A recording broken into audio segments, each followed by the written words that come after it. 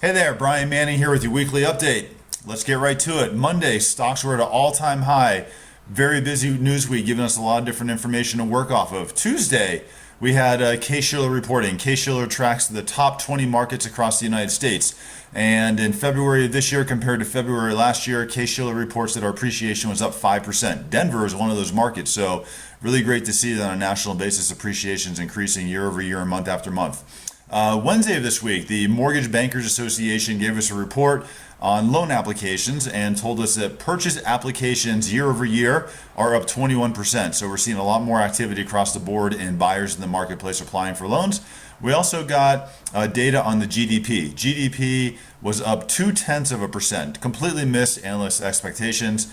Analysts were expecting to see GDP up 1%. So the concerns here that made the markets jittery is that the Federal Reserve possibly could hike rates prematurely, and certainly not something that we want to see. We also got March's pending home sales report, and pending home sales were up 11% year over year, which is the highest report we've gotten in the last 2 years. Thursday of this week was the conclusion of the Federal Reserve's two-day meeting. Federal Reserve came out and released their statements. All eyes on the Federal Reserve this week because it all revolves around rate hikes. And the most notable change in the Federal Reserve statement was that they removed all calendar references when it came to rate hikes. So that means that right now the Federal Reserve is strictly data-driven.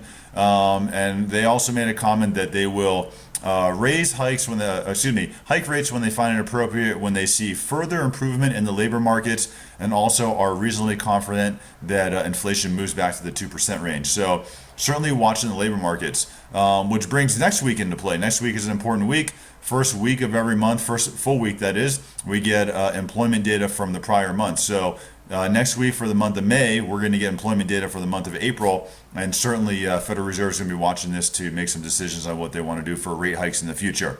Let's see, next week on Wednesday, happy hour on us at the Walnut Brewery. It's going to be the last one of the season. Probably we'll reconvene our happy hours again after the chaos of summer winds down. So we'd love to have you there. Come have a beer on us and mingle for a little while. I will be around all weekend. You have any questions, give me a call. Certainly love to pre-approve your buyers and be part of your business. Have a great day.